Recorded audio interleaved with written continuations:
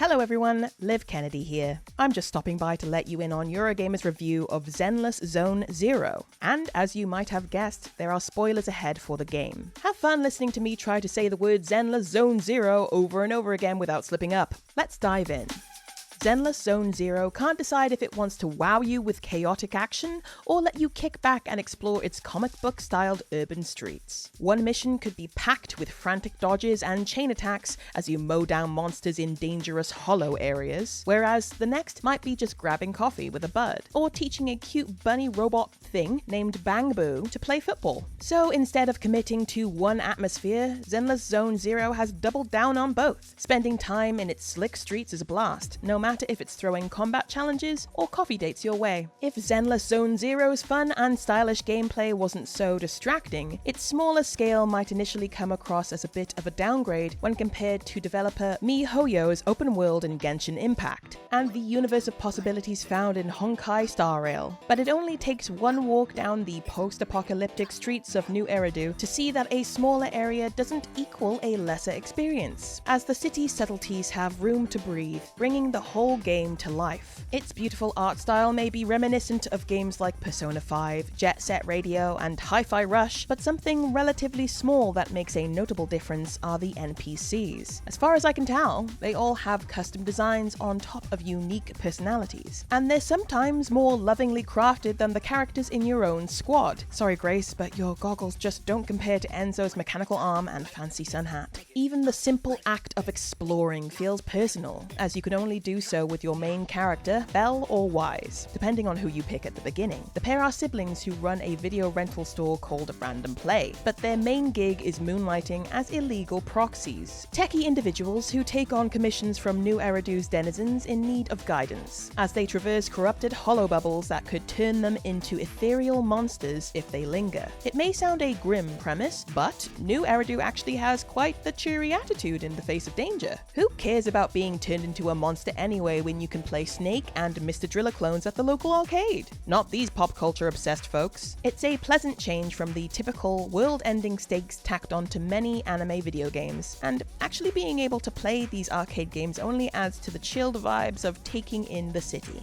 When not exploring the graffitied alleys of 6th Street or checking out harbor views in Lumina Square, a typical day for you and the Random Play siblings involves raising their into-not level. This allows Belle and Wise to accept increasingly lucrative commissions in order to build their reputation back, after some bad early story decisions resulted in the loss of their previously legendary hacker account. This means there's a lot of side commissions to sample between the main story beats, broken down into 3 main types: city, exploration, and combat. City commissions help you get to know New Eridu citizens better, tasking you with low-stakes objectives like assisting a clumsy Bang Boo with its new job search, or rescuing stray cats in the back of a parking lot as you watch a teen romance unfold between 2 fellow rescuers. A lot of Zenless Zone Zero's dorkiness comes from these commission types, making them a personal favorite of mine. Exploration commissions are where the bulk of the hollow deep dive TV mode takes place. This mode switches from the game's usual third-person perspective to a top-down view as you take control of Eos, your Bang Boo avatar, to navigate through a board made up of mini TV squares. You're essentially moving slowly up, down, left, and right during every exploration commission, which can sometimes be just as boring as it sounds, especially during early stages of the game where they lack much variety. Thankfully, exploration is the least common commission type, so you're not pulled from rescuing kittens or annihilating ethereals for long.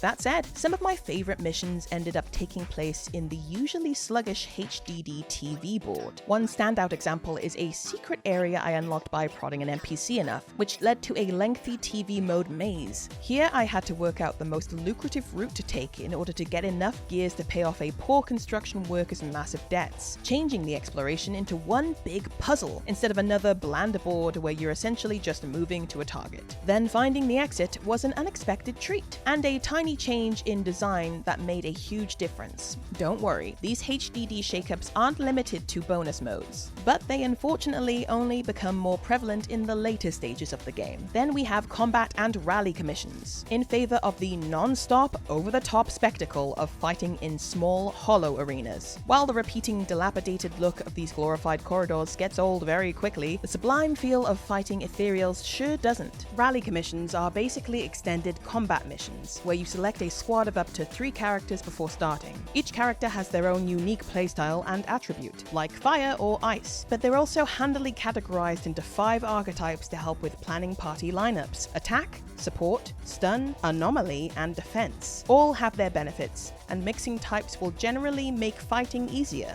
But unless you're challenging the highest levels of Shiyu Defense time trials or the Hollow Zero roguelike mode, you're free to build teams however you like. No matter who you pick, the consistently stellar feel of combat is mostly thanks to Zenless Zone Zero's focus on timing perfect dodges, and linking chain attacks with fellow squad members, in between blasting enemies with speedy attack combos and extravagant ultimates, of course. This might sound hard to achieve on paper, but in practice, brief flashes and audio cues help dodging feel just as seamless as it looks, while a slow motion effect briefly activates to give you a moment to consider who to switch to next during a chain attack.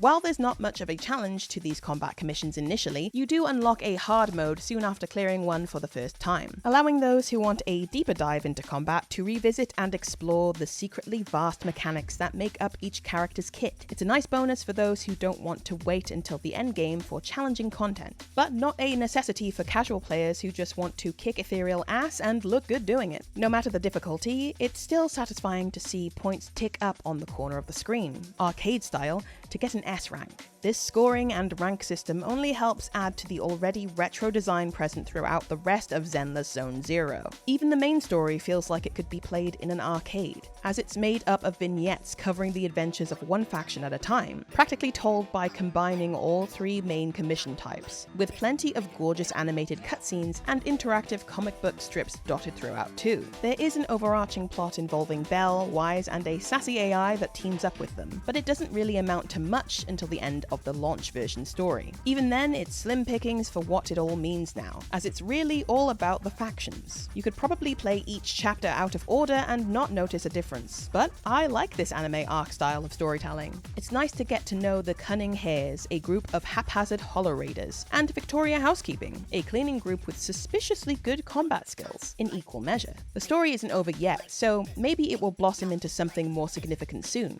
but as a live service game, Zenless Zone Zero's focus will surely be on adding more of these mini-faction storylines next, which I'm looking forward to. However, after an initial long run of silly antics with the Cunning Hares, future storylines are annoyingly locked behind reaching certain Inter-Not level milestones. This requirement can even pop up when you're in the middle of a faction story, forcing you to go back and complete unrelated commissions until you reach some seemingly arbitrary Inter-Not level. The big time investment involved in these irrelevant side missions placed between each level milestone is poorly positioned in relation to the story. As Zenless Zone Zero is a live service game with years of updates yet to come, this will eventually stop being a problem. You'll be the required Inter-Not level for future story updates soon enough, but at launch, and for latecomers arriving to New Eridu, it slows the beginning of Zenless Zone Zero to an unbearable pace at times. So if you're just dipping your toes in to check out the main story, sorry, better get used to mashing the skip button during commissions. One bonus mission type you won't want to skip, however, are trust events. Very similar to social links in Persona, trust events and activities let you simply hang out with your friends. Bummed out that Anby isn't appearing in the story for a while? Well, she's just one text away from sharing a burger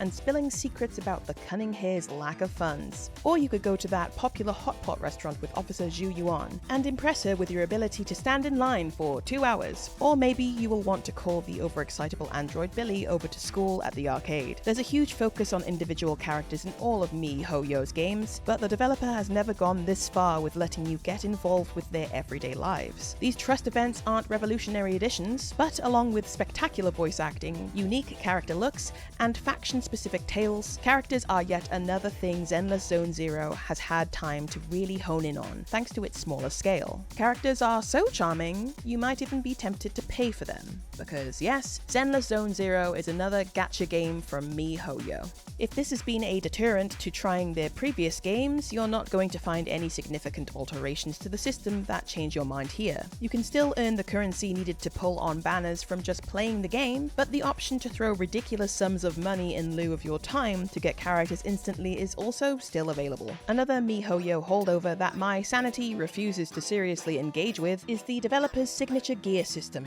called disk drives in Zenless Zone Zero. These Diablo-like pieces form set bonuses when enough of the same type are equipped on a character. And the time sink everybody dreads from them is the process of spending daily energy, battery charge, to try and roll good stats on them. My advice, as always, is to get a good main stat if you care about clearing endgame combat content. Then blissfully ignore farming disk drives until the next shiny new character takes your fancy. Thankfully, from my experience, gacha and gear farming can also be ignored in Zenless Zone Zero if you don't want to engage with the mid to high levels of endgame challenges, thanks in part to trial characters and a casual difficulty toggle available in the story. You're free to enjoy the cunning hare's shenanigans, hang out with your pals, and feel ridiculously cool slicing through waves of enemies, no matter how crummy your loadout is. There's a deceptive depth to Zenless Zone Zero, even with its smaller scale, thanks to this dual focus on pleasing both casual players and those looking for a deeper challenge, mirroring its dedication to both chilled exploration and fast-paced combat. Instead of feeling like a game warring with itself, however, these wildly different vibes weave together to make Zenless Zone Zero what it really is, a successful fusion of ultra-cool action with slice-of-life goofiness.